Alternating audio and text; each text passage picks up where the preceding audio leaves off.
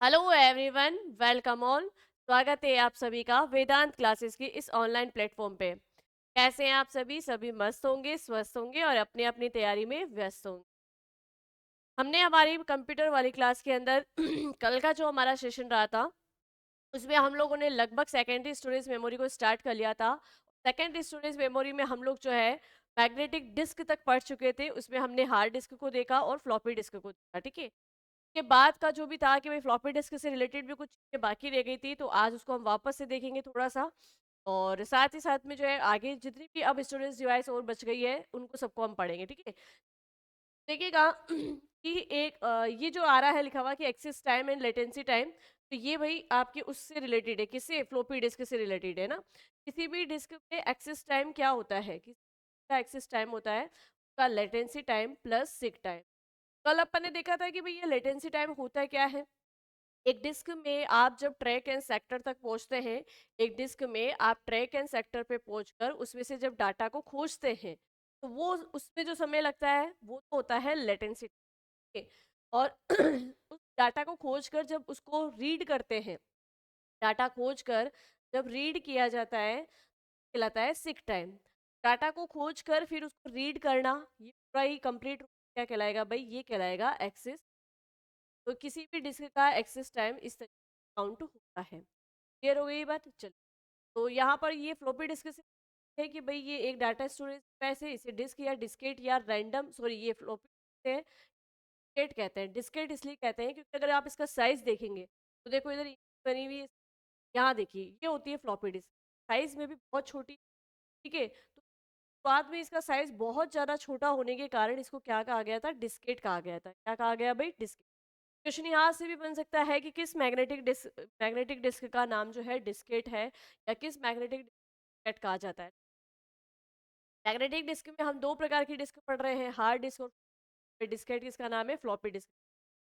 फिर इस random storage device भी कहा जाता है। रैंडम डिवाइस क्यों कहा जाता है भाई? मैंने कल ही आपको बताया कि जहाँ पर डाटा को क्रमबद्ध रूप से पढ़ने की आवश्यकता ना हो, यानी डाटा कहीं से अगर हम पढ़ सकते हैं, डाटा जहाँ भी मतलब जो है क्रमबद्ध रूप से ना पढ़कर अक्रमबद्ध रूप से हम कहीं से भी उठा के पढ़ लेते हैं, कहा जाता है कि डाटा को रैंडम एक्सेस किया। तो ये जो मेमोरी है ये एक प्रकार की रैंडम स्टोरेज डिवाइस, डाटा कहीं किया जा सकता है और कहीं से भी राइट किया जा सकता है। माइलर प्लास्टिक की बनी वृत्ताकार डिस्क पर चुंबकीय पदार्थ का लेपन होता है। फ्लॉपी डिस्क पर अनेक ट्रैक व सेक्टर होते हैं, तो फ्लॉपी डिस्क पर ही नहीं है, सब पे ट्रैक एंड सेक्टर, और उन्हीं ट्रैक एंड सेक्टर पे हम जो है पे डाटा जो है, जिस पर डाटा स्टोर किया जाता है। फ्लॉपी डिस्क का उपयोग डाटा स्टोरेज एवं ड्राइवर इंस्टॉल करने के लिए या फाइल ट्रांसफर हेतु किया जाता है। अब जो फ्लॉपी डिस्क है मार्केट में साइज की, मार्केट में size available 0.5 inch, 5.25 inch, 8 inch, 3 inch floppy disk है मार्केट में। कई बार एग्जाम में क्वेश्चन इसके साइज को लेके भी पूछता है। फ्लॉपी डिस्क साइज जो है प्रकार का हो सकता है, आपको ये तीन साइज याद रखने मार्केट में अवेलेबल। और फिर अगर सारा सेकंड क्वेश्चन पूछा जाता है, इनमें से एक 5.25 वाली इंच है स्टोरेज कैपेसिटी के बारे में पूछा जाता है। 3.5 इंच वाली जो है इसकी स्टोरेज कैपेसिटी के बारे में पूछा, कैपेसिटी लेके भी जो है क्वेश्चंस आपको एग्जाम में देखने को। आगे जो हम देखने वाले हैं वो ये देखने वाले हैं कि इनकी का क्या है। देखिए, माइक्रोफ्लॉपी, पहले माइक्रोफ्लॉपी कहेंगे, इसका साइज कितना है? जिसका साइज है, का व्यास कितना है भाई? 3.5 है। क्षमता क्या होगी? 1.44 MB, मेगाबाइट से 2.8 मेगाबाइट। यहाँ पर MB का मतलब का बाइट क्या है भाई? का बाइट। अच्छा, बाइट क्या होता है? बाइट किसे कहते हैं? कंप्यूटर के अंदर कोई एक कैरेक्टर बाइट कहलाएगा भाई। एक कैरेक्टर आप लिखते हो इसका मतलब आपने एक बाइट डाटा लिख दिया। लाइक जैसे कि अगर यहाँ पे ये लिखा हुआ है एक बाइट है, ठीक है। ये कंप्यूटर की अकॉर्डिंग अगर हम बात करें तो आप सिर्फ एक अक्षर टाइप करते हो। अब एक अक्षर देखो, वो न्यूमेरिकल भी हो सकता है, वो टेक्स्ट डाटा भी हो सकता है, वो कोई एक चिन्ह या साइन भी हो सकता है। मतलब एक ही कैरेक्टर जब आप टाइप करते हो तो मतलब आपने एक बाइट डाटा को राइट कर, ठीक है। कंप्यूटर में एक अक्षर एक बाइट माना जाता है। यहाँ पर देखिएगा 1.44 में MB से 2.8 MB तक की इसकी होती है, और ये एग्जाम में पिछले एग्जाम में दिए गए भी 0.5 व्यास वाली जो फ्लॉपी डिस्क, इस कैपेसिटी कितनी आपको बहुत अच्छे से याद रखना है। रिपीट भी काफ़ी होते हैं। अब बात करते हैं फ्लॉपी, जहाँ बात आती है 5.5 की, भाई 5.25 इंच, और इसकी जो स्पीड होती है वो होती है 1 बाइट, यानी कि इसका जो अगर हम बात करें 1 बाइट की, दोनों की स्टोरेज आपको बिल्कुल अच्छे से याद रखनी है। आए हुए हैं, आगे भी आ सकते हैं। चले आगे। तो यहाँ पर जो है हम लोगों ने मैग्नेटिक डिस्क मेमोरी है वो कंप्लीट कर ली है। अब हमें पढ़ना क्या है, अब हमें पढ़ना है ऑप्टिकल डिस्क। ऑप्टिकल डिस्क यानी हम सेकेंडरी मेमोरी डिवाइस में अब ऑप्टिकल डिस्क के बारे में पढ़ेंगे, कहते हैं प्रकाशीय डिस्क। अब यहाँ पर एक सबसे वो बात है, अलग बात है, वो आपको याद क्या रखनी है कि भाई जो भी मैग्नेटिक डिस्क होगी, मैग्नेटिक डिस्क में जब डिस्क क्या आप इस like hard disk, magnetic disk बनी डिस्क के डिस्क स्पेलिंग में लास्ट में के आएगा, ये पहचान है इसकी। जैसे लाइक हार्ड डिस्क हो गया, जैसे लाइक फ्लोपी डिस्क हो गया, यहाँ पर इस लास्ट में क्या आ रहा है भाई, के आ रहा है ना, तो इसका मतलब ये डिस्क है चुंबकीय पदार्थ से बनी डिस्क। और अगर मैं बात करूँ जैसे लाइक कॉम्पैक्ट डिस्क, कॉम्पैक्ट ना, कॉम्पैक्ट डिस्क की वाले स्पेलिंग में देखो लास्ट में क्या आ रहा है, सी। ये सी ये बताता है कि डिस्क है, ठीक है। लाइक ऐसे डी हो जाएगी, लाइक ऐसे बार डिस्क हो जाएगी, BRD हो जाएगी। जिसकी डिस्क स्पेलिंग के बाद में सी आ रहा है, इसका मतलब वो ऑप्टिकल डिस्क है। स्पेलिंग के बाद में के आ रहा है, इसका मैग्नेटिक डिस्क है, पदार्थ से बनी। ये चीज़ आपको ध्यान रखना। कभी कभार क्या होता है कि हम पढ़ तो लेते हैं, लेकिन जब एग्जाम में इस टाइप के क्वेश्चन आते हैं तो वहाँ हम पहचान नहीं पाता कि कौन सी मैग्नेटिक डिस्क है, कौन सी ऑप्टिकल डिस्क है। आप अगर ऐसे नहीं पहचान पाओ तो उनके स्पेलिंग्स भी आप ये तो पता कर ही सकते हो, डिस्क में लिखा हुआ है। पेपर तो देखो इंग्लिश और हिंदी, तो कहाँ पे के लिखा है, अगर के लिखा है तो मैग्नेटिक डिस्क का उदाहरण है, और अगर सी लिखा है तो फिर वो ऑप्टिकल डिस्क का एग्जाम्पल है। अब आगे देखो, ऑप्टिकल डिस्क की बात करें तो इस प्रकार की डिस्क में डाटा स्टोर करने को रीड करने हेतु, डाटा स्टोर करने तथा डाटा स्टोर या स्टोर डाटा को रीड करने हेतु प्रकाशीय तकनीक यानी लेजर टेक्नोलॉजी, प्रकाशीय तकनीक यानी लेजर टेक्नोलॉजी का प्रयोग किया जाता है। यहाँ पर आपको ये ध्यान रखना है कि ऑप्टिकल डिस्क में डाटा को रीड एंड राइट करने के लिए कौन सी तकनीक यूज की जाती है, लेजर जाती है। ये इन डिस्क का नाम क्या हो गया है भाई, ऑप्टिकल डिस्क। क्लियर होगी बात। ये डिस्क पोर्टेबल स्टोरेज डिवाइस है। पोर्टेबल का मतलब होता है कि हैंडी कैरी हो सकती है, आप इसको इजी एक स्थान से दूसरे स्थान पे उठाकर ले जा सकते हो। तो भी ऐसी डिस्क को आप एक स्थान से दूसरे स्थान पे इजी जा सकते हैं, पोर्टेबल डिस्क है। लाइक जैसे मैं बात करूँ रैम और रोम चिप की हम बात करें, कंप्यूटर में मदरबोर्ड पे पहले से इनबिल्ट होती है, तो हम एक स्थान से उठाकर दूसरे स्थान पर ले जा नहीं सकते ना, तो वो पोर्टेबल नहीं है। जबकि जितनी सेकेंडरी स्टोरेज डिवाइस है वो आप CD जाकर कहीं जा सकते हो, पेन ड्राइव को ले जा सकते हो। लाइक कि अभी हम फिजिकल डिस्क के बारे में पढ़ रहे थे, इसमें पाएंगे तो इनको हाथ में उठा के कहीं पे भी ले क्या कहलाती है, पोर्टेबल स्टोरेज डिवाइस कहलाती है। ये एक स्थान से स्थान तक आसानी से ले जाया जा सकता है। ये ऐसी डिवाइस है जिसको एक स्थान से उठाकर दूसरे स्थान तक ले जा सकते हो, हमारी डिवाइस क्या कहलाएगी भाई, पोर्टेबल डिवाइस कहलाएगी। अब आगे देखिए, डाटा सिक्वेंशियल एक्सेस किया जाता है। तो ऑप्टिकल डिस्क होती है, उसमें डाटा सिक्वेंशियल एक्सेस। आपको एक चीज़ बताना चाहूँगी मैं कि अपन ने जब मैग्नेटिक डिस्क पढ़ा, मैग्नेटिक डिस्क में आपने देखा था कि मैग्नेटिक में जो है फ्लॉपी डिस्क का अगर हम उदाहरण लें तो फ्लॉपी डिस्क में रैंडमली जो है आपका डाटा एक्सेस होता है। अब हम बात कर रहे हैं मतलब प्रकाशीय डिस्क की ना, ऑप्टिकल डिस्क की बात कर रहे हैं, वो भी ऑप्टिकल डिस्क में डाटा सिक्वेंशियल एक्सेस होगा। सिक्वेंशियल एक्सेस का मतलब आपने मान लो कि 5 आपने सॉन्ग जो है अपने आपने कॉल करवाए ना, अब आपको अगर तीसरा गाना सुन पहले आपको पहले नंबर का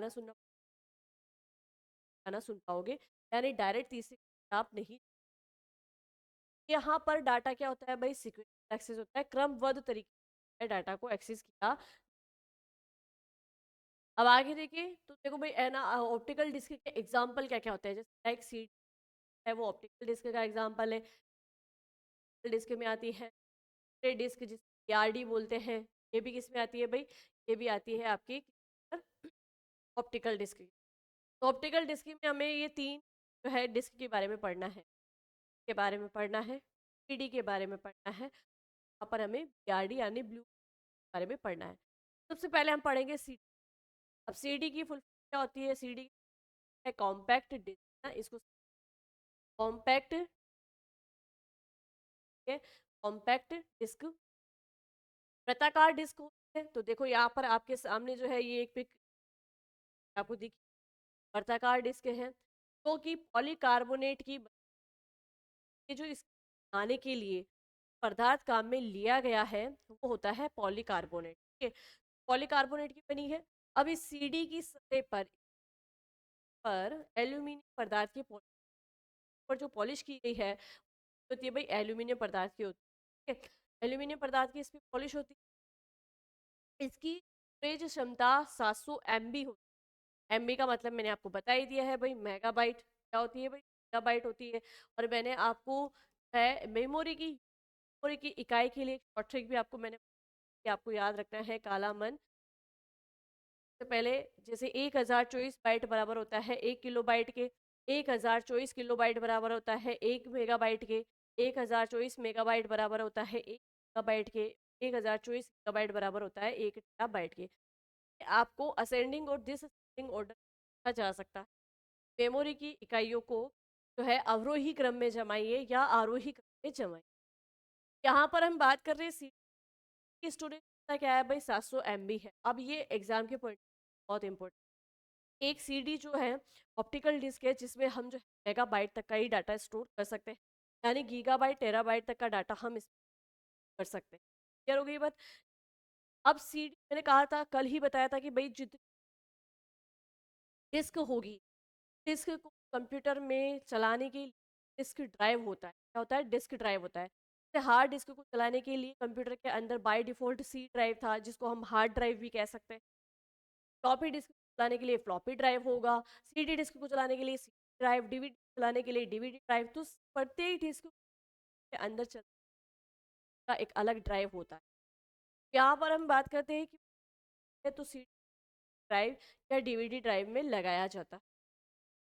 सीडी पर भी अनेक ट्रैक एवं सेक्टर होते हैं। तो ये जैसे मैंने ट्रैक एंड सेक्टर की बात तो हम बार बार हमारी क्लास के अंदर कर ही रहे हैं। ट्रैक एंड सेक्टर क्या होता है भाई, ये जो वृत्ताकार डिस्क राउंड वाली शेप, ये तो क्या कहलाते हैं भाई, सबको पता है, अब तो याद भी अच्छे से होता होगा, इसको कहते हैं ट्रैक। और जब इसके पार्टीशन कर देते हैं ये कहलाते हैं।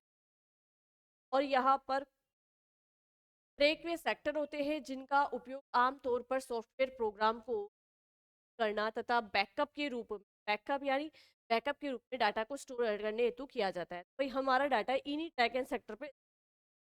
अब बैकअप के रूप में डाटा का क्या मतलब है, बैकअप का मतलब होता है कि मतलब ऐसा डाटा जिसका यूज़ अभी नहीं, हाँ मतलब वर्तमान में हमें उस डाटा की यूज़, लेकिन हमें ऐसा पता है कि हमें भविष्य डाटा की आवश्यकता हो सकती है, क्योंकि भविष्य में डाटा हमें फिर से क्या होगा तो हम डाटा को यहाँ स्टोर कर लेते हैं। और जब हमें भविष्य में कभी उस डाटा की जरूरत पड़ती है तो हम कंप्यूटर में स्टोरेज में से उसको मतलब रीड कर सकते हैं, निकाल सकते हैं।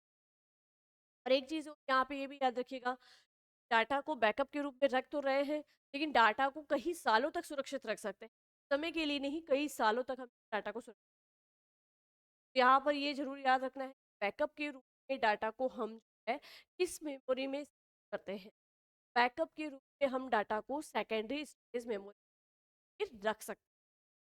समझ में ये बात, क्योंकि देखो क्वेश्चन जो है कंप्यूटर में कहीं से भी पूछ सकते हैं, कभी साधारण से क्वेश्चन आ जाएंगे, कभी बहुत लेवल वाले क्वेश्चन आएंगे, हमें तो दोनों ही लेवल लेके चलिए।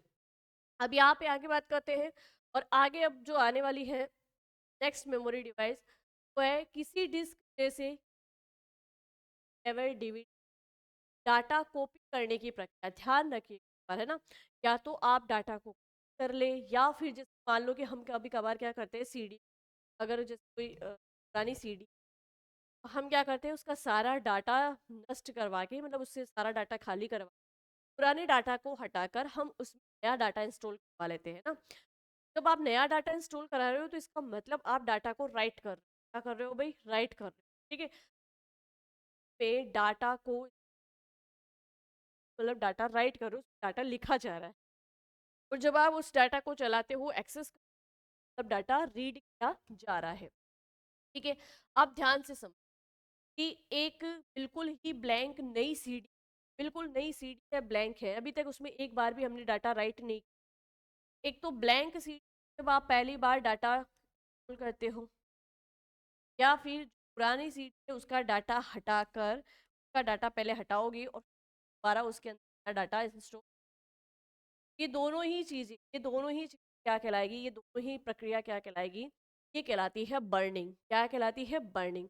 तो किसी भी डिस्क, लाइक सीडी है, डीवीडी, डाटा कॉपी करने की प्रक्रिया को बर्निंग कहा जाता है, अर्थात किसी खाली यानी ब्लैंक डिस्क में डाटा लिखने की, या बर्निंग या बर्न कहा जाता है, ये हमें याद रखना है, बर्निंग की क्या होती है।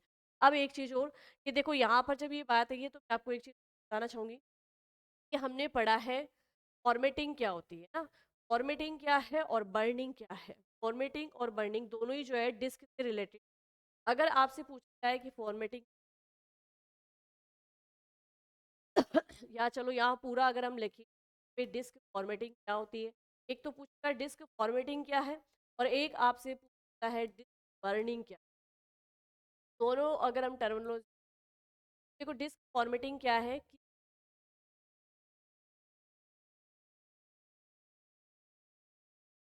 वो ब्रेकवे सेक्टर, ब्रेकवे सेक्टर में और विभाजित करने की, डिस्क को ट्रैक विभाजित का, ये तो कहलाती है डिस्क फॉर्मेटिंग। और डिस्क बर्निंग क्या है भाई, डिस्क बर्निंग है में डाटा या, डाटा या सॉफ्ट काम को, डाटा या सॉफ्ट काम को करने की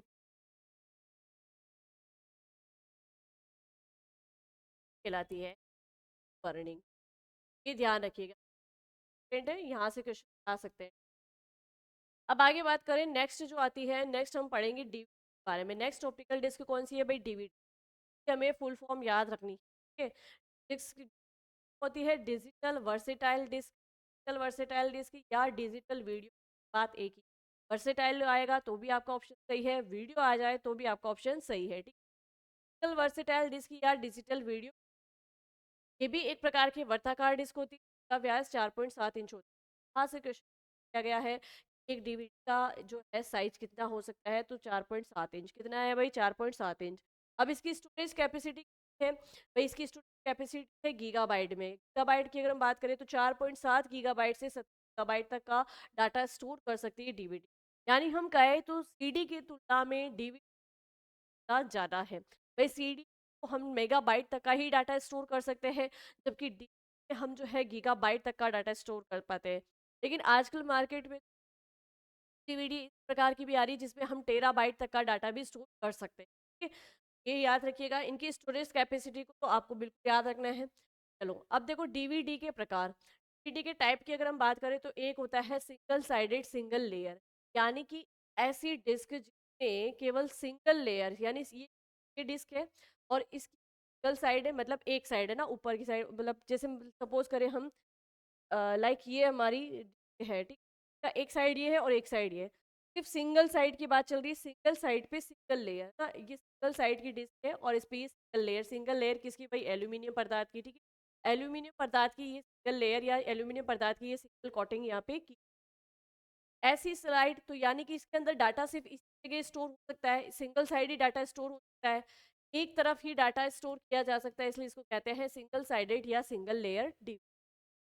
अगर हम बात करें single sided and double layer, मतलब साइड एक है डीवीडी, लेकिन इस पर जो है एल्यूमिनियम परत की डबल कोटिंग की, ये भाई डबल लेयर की कोटिंग की गई है। अब डबल लेयर की कोटिंग की गई है, इसका मतलब डाटा इसकी तुलना में इस पे ज़्यादा स्टोर किया जा सकता है। कहते हैं single sided double layer, single sided double layer data जो है इस डबल लेयर के कारण ज़्यादा स्टोर किया जा सकता है इस पे। देखिए डबल साइडेड यानी सी दोनों ओर, सीडी के दोनों ओर, सीडी के दोनों ओर एल्यूमिनियम पदार्थ की परत जो है एक बार कोटिंग, बार एक बार, ठीक है। ये क्या हो जाएगी भाई, ये हो जाएगी आपके double sided single layer, double sided single layer. अब अगर मैं इधर बात करूँ तो इस दोनों साइड आप डाटा स्टोर कर सकते हो, कह सकते हैं कि इन कंपैरिजन में इसमें डाटा ज़्यादा स्टोर होगा। फिर आगे बात करें तो होता है नेक्स्ट इसका type double sided and double layer, यानी दोनों साइड जो है एल्यूमिनियम पदार्थ की जो जा रही है वो दो दो लेयर में की जा रही है, दो दो परतों में सबसे ज़्यादा डाटा जो है डबल साइडेड डबल लेयर वाली में स्टोर किया जाएगा, और मार्केट में अभी सबसे ज़्यादा जो है इसी प्रकार की अवेलेबल हो रही है। हालांकि हम आजकल डीवीडी का यूज़ करते ही नहीं है। अब जब से पेन ड्राइव आया है, छोटी छोटी और पोर्टेबल स्टोरेज डिवाइस आई है, तब से हम लोग जो है सीडी एंड डीवीडी का इतना ज़्यादा यूज़ नहीं करते हैं, ठीक है। फिर भी जैसे अगर आप बात करें शादी की है वो आजकल सीडी, ठीक है। चलिए अब आगे बात करें तो डीवीडी यहाँ पे क्या है भाई, डीवीडी एक प्रकार की ऑप्टिकल डिस्क मेमोरी है। क्या है? Optical disk memory. चलिए जिसकी स्टोरेज क्षमता सीडी से ज़्यादा होती। आगे देखो, आगे बात करते हैं, नेक्स्ट हम ऑप्टिकल डिस्क के बारे में पढ़ रहे हैं, तो नेक्स्ट ऑप्टिकल डिस्क है ब्लू रे डिस्क। क्या है भाई? ब्लू रे डिस्क, जिसे कहते हैं बीआरडी। इसमें डाटा को पहले बात तो इसका ब्लू नाम क्यों है, ये देखो इसके अंदर जो है पराबैंगनी किरणों का प्रयोग किया जाता है डाटा को रीड एंड राइट करने के लिए, और इसका जो कलर होता है वो कलर भी ब्लू कलर का ही होता है। ये जो डिस्क है वो ब्लू कलर की दिखती है, इसका नाम है ब्लू रे डिस्क, और इसमें पराबैंगनी ब्लू रे पराबैंगनी किरणों का किया जाता है, इस कारण से इसका नाम है ब्लू रे। डाटा को रीड राइट करने के लिए वायलेट किरणों का प्रयोग किया जाता है, इसके कहा जाता है। सीआरडी की स्टोरेज क्षमता 25 गीगाबाइट से 50 गीगाबाइट तक होती है। अब यहाँ पर एक चीज़ ध्यान रखना, 25 गीगाबाइट से 50 गीगाबाइट तक का मतलब क्या है? अगर बीआरडी डिस्क में सिंगल लेयर है तो 25 गीगाबाइट तक का डाटा स्टोर कर लेगी, और डबल लेयर है तो फिर 50 गीगाबाइट तक का डाटा स्टोर कर लेगी। क्लियर हो गई ये बात? पीआरडी उच्च गति से, पीआरडी उच्च गति से कोई भी हाई क्वालिटी की वीडियो को स्टोर कर सकती है। देखो ये लाइन इंपॉर्टेंट है कि जब इस तरीके से पूछा जाता है, जैसे मैं एक क्वेश्चन आपके लिए यहाँ पे बना के बताती हूँ। क्वेश्चन अगर इस तरीके से आ गया, निम्न में से निम्न में से कौन सी में से कौन सी सेकेंडरी स्टोरेज डिवाइस में से कौन सी सेकेंडरी स्टोरेज डिवाइस गति से, यानी हाई स्पीड गति से, हाई स्पीड से अच्छी क्वालिटी या उच्च क्वालिटी क्वालिटी या उच्च क्वालिटी के स्कोर कर सकती, स्कोर कर। अब इस तरीके का जब क्वेश्चन आ जाते हैं तो आपको ऑप्शन कुछ इस तरीके से देखने को मिल सकते हैं। जैसे ऑप्शन में देख मिल गया आपको रैम मेमोरी, ऑप्शन में आपको मिल गया हार्ड डिस्क,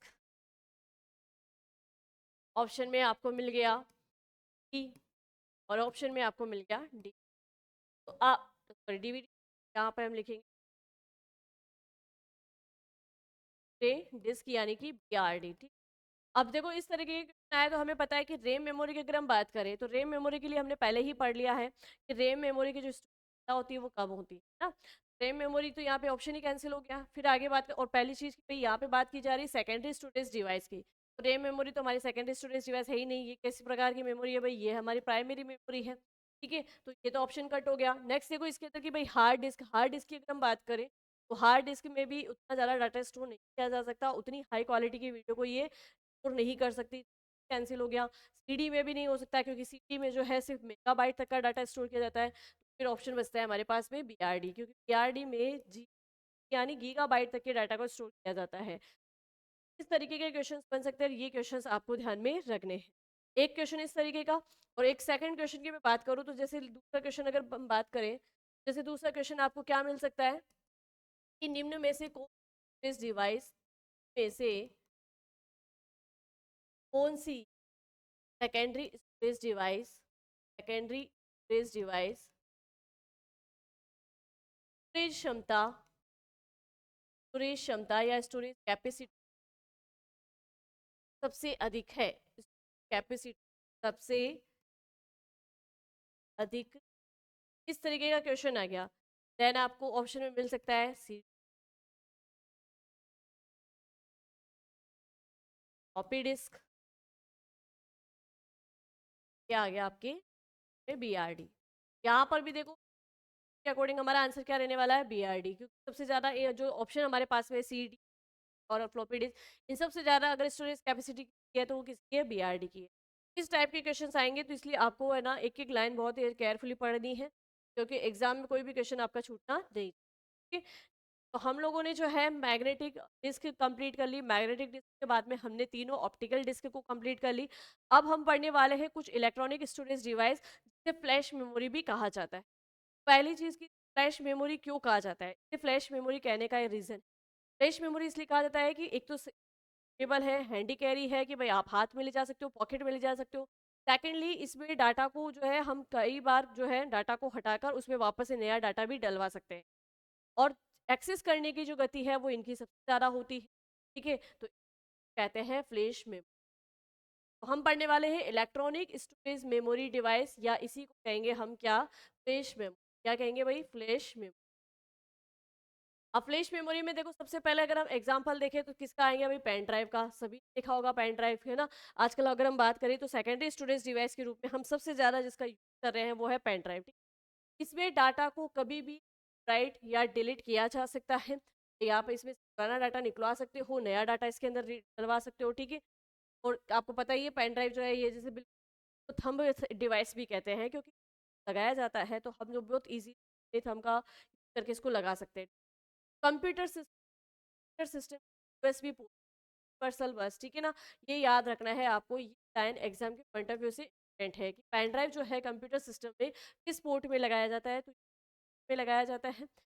ये अन्य नाम क्या है, इसे यूएसबी ड्राइव भी कहते हैं, इसे थंब ड्राइव भी कहते हैं, और इसे फ्लैश ड्राइव भी कहते हैं। फ्लैश ड्राइव कहने का रीजन मैंने आपको बता ही दिया है कि भाई आप इससे कभी डाटा को रीड राइट कर सकते हैं, इसमें कभी डाटा को इरेज करवा कर फिर से नया डाटा इंस्टॉल कर सकते हैं। पोर्टेबल डिवाइस है, बिल्कुल पोर्टेबल है। हम एक मतलब इसको कहीं पे भी हाथ में उठा के ले जा सकते हैं, में डाल के ले जा सकते हैं, ये इजीली पोर्टेबल है। पेन ड्राइव ईपी रोम का प्रकार की जो है डिवाइस है। ये अपन ने जब रोम के प्रकार पढ़े थे तो हमने ये पढ़े थे कि भाई ई रोम क्या होता है। ई रोम होता है electrical erasable programmable read only memory.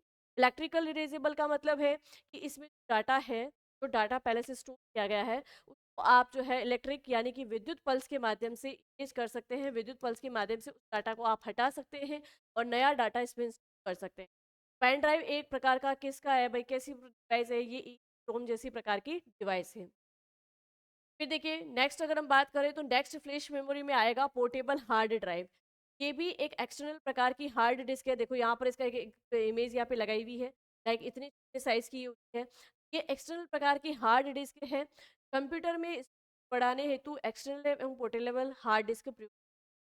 भाई कंप्यूटर में मैंने कल ही आपको बताया सेकेंडरी डिवाइस की जब भी एक्स्ट्रा डाटा होता है या जब भी बड़ी मात्रा में डाटा होता है तो उसको हमें सेकेंडरी स्टोरेज डिवाइस की जरूरत। यहाँ पर वही चीज़ है कि कंप्यूटर में बढ़ाने हेतु एक्सटर्नल एवं पोर्टेबल हार्ड डिस्क की हमें आवश्यकता होती। अब ये जो एक्सटर्नल हार्ड डिस्क होती है इसकी स्टोरेज कैपेसिटी कितनी है, स्टोरेज कैपेसिटी है 500 गीगाबाइट से लेकर 1 टेराबाइट 5 टेराबाइट आदि तक है। और अभी मैं वर्तमान में बात करूँ तो इस और भी ज़्यादा कैपेसिटी है भाई, एक्साबाइट तक भी इसकी कैपेसिटी।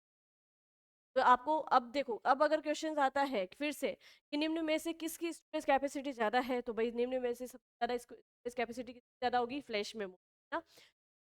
तो यहाँ पर जो है कि हमने ये सेकेंडरी स्टोरेज डिवाइस भी कंप्लीट कर ली है। अब कुछ मेमोरी ऐसी होती है जो प्राइमरी और सेकेंडरी मेमोरी के बीच में लगाई जाती है, कुछ मेमोरी ऐसी होती है रैम और सीपीयू में लगाई जाती है। तो उस प्रकार की मेमोरी के बारे में हमें पढ़ना है। सबसे पहले देखो कि मेमोरी कार्ड, अगर ये मेमोरी कार्ड की बात करें तो ये फ्लैश मेमोरी का ही उदाहरण है, एक इलेक्ट्रॉनिक डिवाइस का उदाहरण है।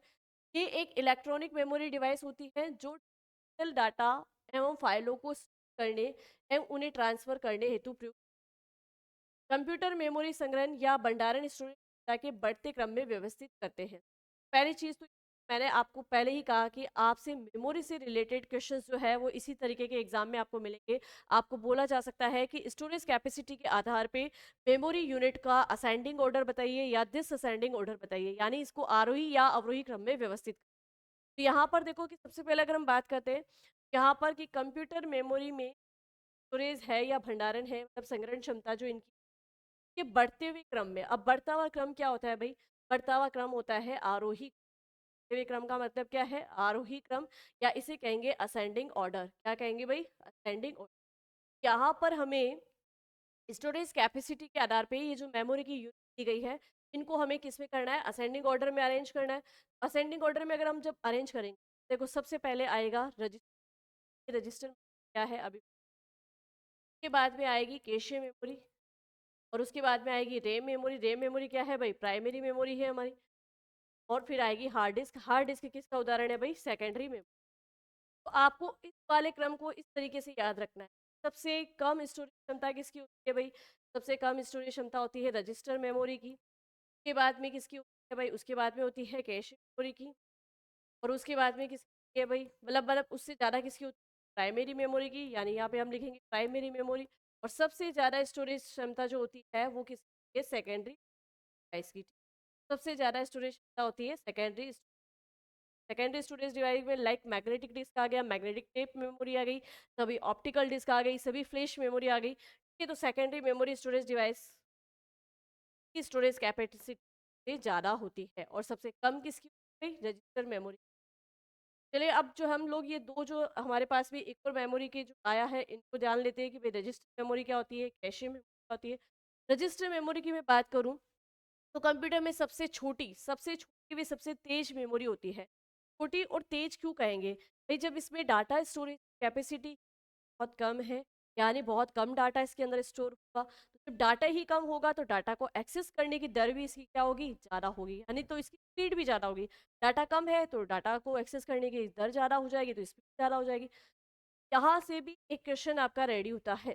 कंप्यूटर में सबसे छोटी गति की मेमोरी कौन सी है? तो वो भाई रजिस्टर मेमोरी। अब एक चीज़ ध्यान रखना, आप इसको इस तरीके से भी याद कर रख सकते हैं कि जितनी छोटी मेमोरी होगी उतनी ही ज़्यादा उसकी। इधर मैं बात करूँ कि सेकेंडरी मेमोरी की बात करें तो ये बहुत बड़ी मेमोरी है, स्पीड क्या होगी? कम होगी। तो जिस तरीके से ये स्टोरेज क्षमता का असेंडिंग ऑर्डर पूछा है, पहली चीज़ तो यहाँ पे देखो का जब असेंडिंग ऑर्डर पूछा है तो इसका डिसअसेंडिंग ऑर्डर भी पूछ सकता है, यानी इसको अवरोही क्रम में जमाने के लिए भी पूछ सकता है। जब अवरोही क्रम में आप इसको जमाओगे तो अवरोही क्रम में किस तरीके से भाई? ये देखो हार्ड डिस्क, पहले हार्ड डिस्क आएगा, उसके बाद हार्ड डिस्क मतलब पहले सेकेंडरी मेमोरी, फिर रैम मेमोरी, उसके बाद में कैश मेमोरी, और उसके बाद में रजिस्टर मेमोरी। तो आपको इसका आरोही अवरोही असेंडिंग डिसअसेंडिंग दोनों ही ध्यान रखना है स्टोरेज कैपेसिटी के आधार पे।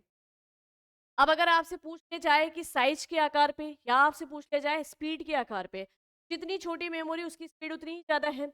ये बिल्कुल ऐसे ऐसे अरेंज हो जाएगा जब आपसे पूछेगा कि इसका असेंडिंग ऑर्डर बताओ, है ना? तो असेंडिंग ऑर्डर में आप कैसे करेंगे? सबसे पहले आप लिखेंगे कि सेकेंडरी मेमोरी की स्पीड कम होती है ना, सेकेंडरी मेमोरी की स्पीड कम होती है। देन सेकेंडरी मेमोरी से ज़्यादा किसकी होती है? सेकेंडरी मेमोरी से ज़्यादा प्राइमरी मेमोरी की स्पीड होती है। प्राइमरी मेमोरी से भी ज़्यादा किसकी स्पीड होती है? तो कैश मेमोरी की स्पीड ज़्यादा होती है। कैश मेमोरी से भी ज़्यादा किसकी होती है? तो कैश मेमोरी से ज़्यादा होती है रजिस्टर मेमोरी। इस तरीके से स्पीड के आधार पे तो ये असेंडिंग ऑर्डर होगा, और स्टोरेज क्षमता के आधार पे ये वाला असेंडिंग ऑर्डर होगा। अब यहाँ पर देखो ये जो इमेज बनाई गई है ये पेन ड्राइव की, तो भाई पेन ड्राइव या सॉरी मेमोरी कार्ड की। ये मेमोरी कार्ड तो भाई अपने किसके अंदर पड़ा है? फ्लैश मेमोरी के अंदर पड़ा है। सेकेंडरी डिवाइस में इलेक्ट्रॉनिक डिवाइस मेमोरी है उसके अंदर हमने इस पेन ड्राइव को पढ़ा है, और सबने देखा है, या सॉरी मेमोरी कार्ड है ना, सबने देखा है मेमोरी कार्ड, क्योंकि सबके फ़ोन में मेमोरी कार्ड लगे होते हैं। अब आगे देखो कि रजिस्टर मेमोरी। अब ये रजिस्टर मेमोरी एक्चुअल में लगी कहाँ होती है? रजिस्टर मेमोरी की मैं बात करूँ, आपने मदरबोर्ड, मैंने बताया था आपको कि कंप्यूटर के जितने भी कंपोनेंट्स होते हैं वो मदरबोर्ड पे अटैच होते हैं, मदरबोर्ड पे लगे होते हैं। तो मदरबोर्ड पे जहाँ हमारी माइक्रो प्रोसेसर, एक बार मैं इधर बताती हूँ आपको, लाइक समझिएगा कि ये मदरबोर्ड है, और इस मदरबोर्ड पे जो है जहाँ पर माइक्रो प्रोसेसर चिप लगी, माइक्रो प्रोसेसर यानी कि हमारा सीपीयू, ये माइक्रो प्रोसेसर चिप क्या है? सीपीयू है। जहाँ ये माइक्रो प्रोसेसर चिप लगी होती है, इस माइक्रो प्रोसेसर चिप के पास में ही जो है 16 बिट, 32, 64 बिट की ये जो है रजिस्टर मेमोरी लगी होती है। क्या लगी होती है? Register memory. और जब अपन ने सीपीयू की कार्यप्रणाली देखी थी, या जब अपन ने ये देखा था कि कंप्यूटर किस प्रकार से की डाटा को प्रोसेस, मैंने आपको बताया था कि इस अंदर जो है भाग होते हैं मेन, एएलयू और मेमोरी, सीयू, एएलयू और मेमोरी। तो ये रजिस्टर मेमोरी क्या काम करती है और क्यों जरूरत पड़ी हम लोगों को ये रजिस्टर मेमोरी भी लगाने की, है ना? रजिस्टर मेमोरी की अगर मैं बात करूँ, इसका क्या काम होता है कि जैसे ही है ना रैम के पास डाटा आया, सबसे पहले इनपुट किया गया डाटा कहाँ आया भाई? रैम के पास आया। तो रैम जो है लगातार उतना डाटा अवेलेबल नहीं करा पाती है डाटा को प्रोसेस कर। हमें क्या होता है कि जैसे मान लो कि सीपीयू है, अब सीपीयू को पर मिनट में ना जैसे 100% समथिंग डाटा चाहिए प्रोसेस करने के लिए, लेकिन रैम लगातार इसको इतना डाटा प्रोवाइड नहीं करा पाती है। इस समय क्या होता है कि प्रोसेस करने की दर है वो धीमी हो जाती है। उस समय हमें भी लगता है कि हमारा कंप्यूटर की स्पीड बहुत धीमी है भाई, डाटा प्रोसेस करने की गति। इस गति अवरोध को दूर करने की इस गति अवरोध को दूर करने के लिए पहले तो रैम और सीपीयू एक मेमोरी लगाई जाती है जिसे कहते हैं कैशे मेमोरी। क्या कहते हैं भाई? Cache memory.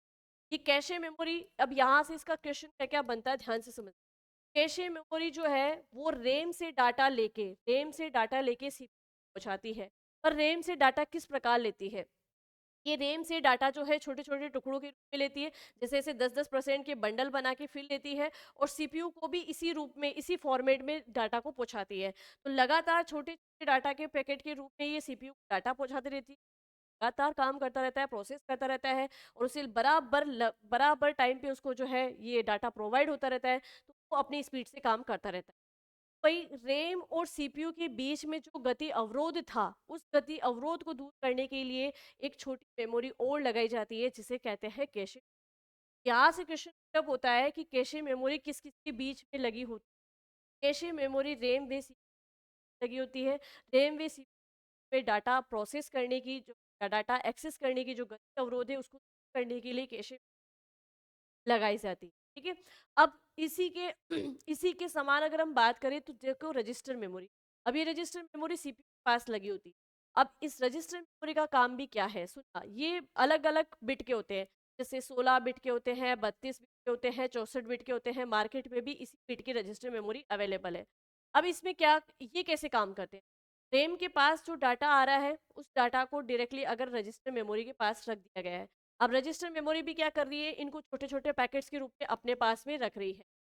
जिस समय सी जरूरत पड़ेगी डाटा को प्रोसेस करने की, सीपीयू डायरेक्टली क्या करेगा, इन रजिस्टर मेमोरी से डाटा को ले लेगा, है ना? जैसे अगर उसे कम डाटा प्रोसेस करना है तो 16 बिट वाले रजिस्टर मेमोरी से कम डाटा स्टोर होता है, तो डाटा को ले लेगा और प्रोसेस करने के बाद वापस भी इनमें दे देगा। प्रोसेस करने के बाद में प्रोसेस डाटा को वापस भी इसी रजिस्टर मेमोरी में जमा कर देगा। इससे क्या होता है कि भविष्य में भी जब हमें ऐसा कोई डाटा चाहिए बैकअप के रूप में, तो हम इस मेमोरी के द्वारा मतलब डाटा बहुत स्पीडली एक्सेस कर सकते हैं ना। दोनों ही, कैशे मेमोरी भी इंपॉर्टेंट है और रजिस्टर मेमोरी भी इंपॉर्टेंट है। अब एक बार देख लेते हैं कि रजिस्टर मेमोरी और कैशे मेमोरी में किस प्रकार के क्वेश्चंस पूछे जाएंगे आपसे। तो पहली चीज तो देखो, रजिस्टर मेमोरी सबसे छोटी होती है और सबसे तेज मेमोरी होती है। ठीक है। ये डाटा स्टोर में ट्रांसफर की सबसे छोटी इकाई है। डाटा स्टोर, अब यहाँ ये लाइन आपके लिए बहुत इंपॉर्टेंट है। पूछा जा सकता है कि डाटा स्टोर में डाटा को ट्रांसफर करने की सबसे छोटी इकाई कौन सी है, तो वो है रजिस्टर।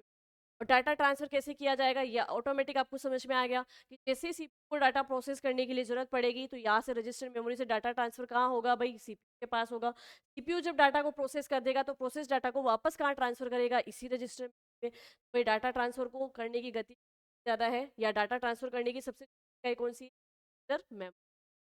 अब रजिस्टर अलग अलग बिट के होते हैं, जैसे कि 16 बिट, 32 बिट, 64 बिट। 16 बिट का है तो उतना ही डाटा इसके अंदर स्टोर होगा, उतना ही डाटा इससे ट्रांसफर किया जाएगा। 32 बिट का है तो 16 बिट की कंपैरिजन में थोड़ा डाटा ज़्यादा स्टोर होगा, ज़्यादा ट्रांसफर किया जाएगा। ठीक है। ये अलग अलग बिट के हैं। यहाँ से क्वेश्चन हो सकता है कि रजिस्टर मेमोरी किस किस के रूप में मिलती है, तो 16, 32 और 64। आगे चलिए, आगे देखिए, सीपीयू में डाटा स्टोर नहीं होता है। में डाटा स्टोर नहीं होता है, इसलिए रजिस्टर मेमोरी सीपीयू द्वारा बार बार उपयोग में आने वाले डाटा एवं निर्देशों में मेमोरी एड्रेस को अस्थायी रूप से स्टोर कर लेती है। मेन कार्य क्या है रजिस्टर मेमोरी का, जो आपको यहाँ पे समझ में आ गया होगा। ठीक है, सीपीयू में जो डाटा स्टोर नहीं होता है तो उसके लिए अलग से लोकेशन कहाँ पर से हो जाती है, रजिस्टर मेमोरी में। रजिस्टर मेमोरी सीपीयू द्वारा बार बार उपयोग में आने वाले डाटा एवं निर्देशों में मेमोरी एड्रेस को अस्थायी रूप से, भाई अस्थायी रूप से कर लेती है। रजिस्टर मेमोरी की गति अधिक व स्टोरेज क्षमता कम होती है। रजिस्टर मेमोरी की गति अधिक है, सबसे ठीक है, इसलिए गति अधिक है, और स्टोरेज क्षमता क्या है भाई, इसकी कम है। फिर देखो, फिर आती है next cache memory. Cache memory कहेंगे, क्या कहेंगे, कैशे मेमोरी। किस तरीके की दिखती है कैशे मेमोरी, देखो ये इस तरीके की कैशे मेमोरी होती है, ये भी मदरबोर्ड पे ही लगी होती है। मदरबोर्ड पे कहा इन दो कंपोनेंट के बीच में लगाया जाता है। मदरबोर्ड पे इसको रैम पे सीपीयू के बीच में लगाया जाता है, क्योंकि भाई रैम के द्वारा बराबर समय पे जो है जितना डाटा सीपीयू प्रोसेस करने के लिए चाहिए होता है, उतना डाटा रैम मेमोरी समय पे अवेलेबल नहीं करा पाती है। तो उससे सीपीयू के प्रोसेस करने की धीर धीमी हो जाती है, और हमारे कंप्यूटर की भी क्या हो जाती है, धीमी हो जाती है। इसी स्पीड मतलब इसी गति अवरोध को करने के लिए बीच में एक और मेमोरी लगाई जाती है, और वो कौन सी है, कैशे मेमोरी। अब कैश मेमोरी क्या करेगी, रैम से डाटा को लेगी अपने पास में, और समय समय पे छोटे छोटे टुकड़ों के रूप में सीपीयू को प्रोसेस करने के लिए भेजती रहेगी ना। इस तरीके से इन दोनों का गति अवरोध दूर हो जाता है, कंप्यूटर की स्पीड बनी रहती है, सीपीयू प्रोसेस करने की दर भी बनी रहती है। ये जो कैशे मेमोरी है, इससे रिलेटेड आपको दो क्वेश्चन ऐसे रेडी करना है।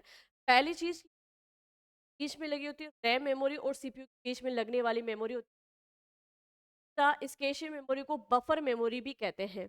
बफर मेमोरी इसलिए कहते हैं क्योंकि ये रैम और सीपीयू में डाटा का जो गति अवरोध है उसको दूर करती है, बफर मेमोरी कहा जाता है। याद रखिएगा कि कंप्यूटर में बफर मेमोरी कौन सी कहलाती है। अब देखो कैशे मेमोरी आपको मैंने यहाँ पे दिखाई दिया है कि ये इस प्रकार की होती है कैशे मेमोरी। चलिए, का आकार छोटा, स्पीड मेन मेमोरी से ज़्यादा होती है। स्पीड मेन मेमोरी से ज़्यादा, भाई रैम जो है मेन मेमोरी ज़्यादा इसकी। इस सीपीयू से सीपीयू पे मेमोरी तथा ताक्षणिक मेमोरी भी कहा जाता है। इसी मेमोरी या ताक्षणिक मेमोरी भी कहा जाता है। क्या कहते हैं भाई, मेमोरी या ताक्षणिक मेमोरी भी कहा जाता है। ऐसे प्रोग्राम को स्टोर करती है जो छोटी अवधि के संग्रहित किए जाते हैं, अर्थात इसमें से जो डाटा वे रन हो सॉफ्टवेयर के अनुसार बदलता रहता है। जो डाटा रीड होता है वह सॉफ्टवेयर के अनुसार बदलता रहता है। ये एक प्रकार की अस्थायी मेमोरी है। अस्थायी मेमोरी क्यों, भाई जैसे कि सबसे पहले ये डाटा लेती किससे है, रैम से। जब लाइट चली जाती है, रैम से ही डाटा नष्ट हो जाता है, तो फिर कैशे मेमोरी डाटा कहाँ से लगेगी, कैशे मेमोरी के पास भी डाटा नहीं रहेगा। इसलिए इसको कहते हैं कि ये अस्थायी प्रकार की मेमोरी है। और जब एक बार ये डाटा सीपीयू के पास भेज देते हैं, के पास खुद के पास कोई डाटा सेव नहीं रहता है, तो ये भी इसको क्या कहते हैं, अस्थायी मेमोरी।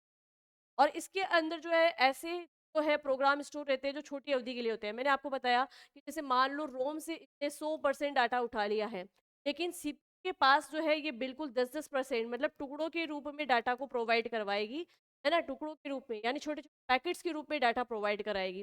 भाई ये छोटी अवधि के लिए संग्रहित किए जाते हैं, मतलब छोटी अवधि के लिए संग्रहित किए गए। इससे क्या होगा कि जब तक सीपीयू 10% काम को प्रोसेस करेगा, तब तक इस कैशे मेमोरी नेक्स्ट 10% वाला काम भेज के इस तरीके से टुकड़ों में ये काम कर देगा। अर्थात इसमें जो भी डाटा है या जो भी डाटा रन हो रहा है वो सॉफ्टवेयर के अनुसार रन हो रहा है, सॉफ्टवेयर के अनुसार जो है वो बदलता रहता है। ठीक है, कैशे मेमोरी समझ में आ गई आप सभी को। आगे देखो, सीपीयू व मेन मेमोरी के बीच में मेन मेमोरी। अब देखो यहाँ पर ये एक चीज ध्यान रखना, अगर पूछा जाए सीपीयू व मेन मेमोरी, तो वैसे देखा जाए तो कंप्यूटर के अंदर मेन मेमोरी प्राइमरी मेमोरी को कहा जाता है। प्राइमरी मेमोरी हम देखे थे दो प्रकार की होती है, रैम व रोम। लेकिन रैम व रोम में भी सबसे ज्यादा मेन मेमोरी किसे माना गया है, रैम मेमोरी।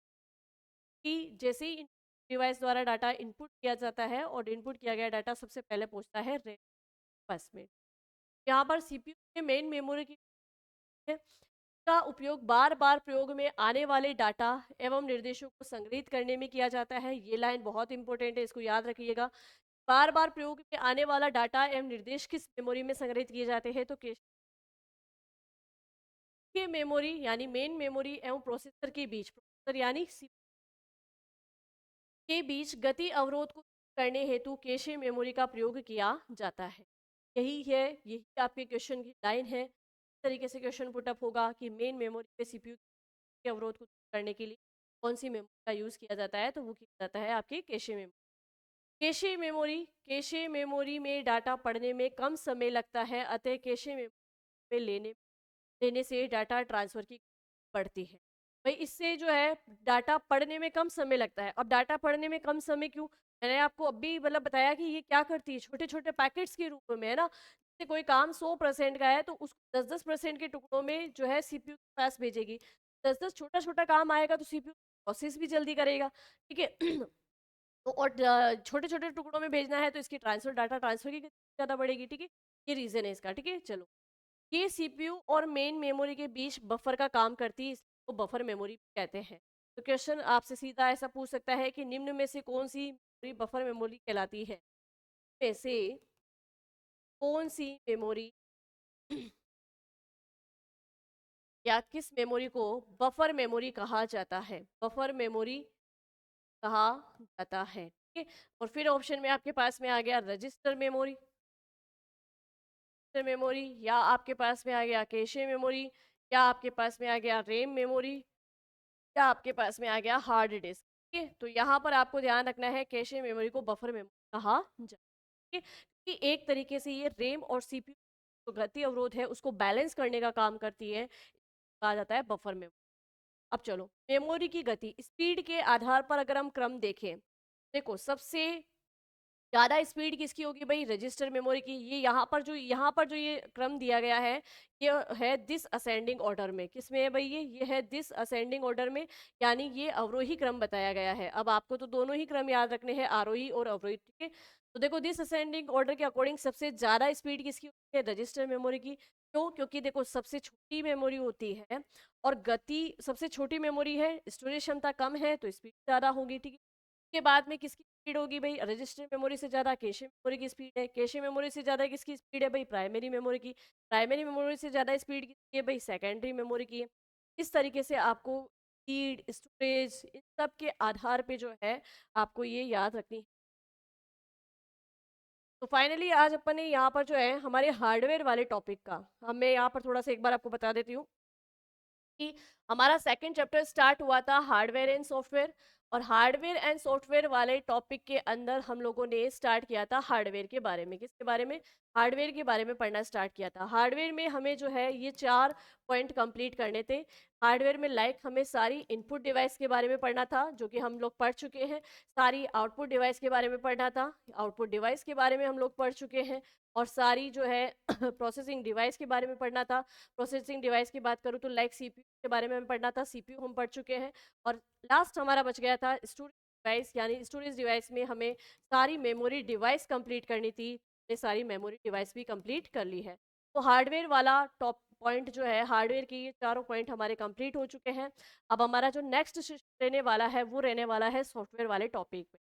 आप जो है ऐसी तरीके से पढ़ते रहिए, क्लास को रिवाइज करना ना भूले, क्लास को रिवाइज ज़रूर कीजिएगा। और अगर आपको वेदांत क्लासेस आपके लिए बहुत ही ज़्यादा हेल्पफुल साबित हो रही है, तो वीडियो को ज़्यादा से ज़्यादा लोगों के साथ में शेयर करना ना भूले, लाइक ज़रूर कीजिएगा। और अपने जैसे ही तैयारी करने वाले साथियों के साथ में वीडियो शेयर ज़रूर कीजिएगा, और यहाँ के चैनल को सब्सक्राइब करना ना भूलिए। चलिए, बस ऐसे ही पढ़ते रहिए, बढ़ते रहिए, बने रहिए वेदांत क्लासेस के साथ में। मिलते हैं हम हमारी नेक्स्ट क्लास में, तब तक के लिए थैंक यू।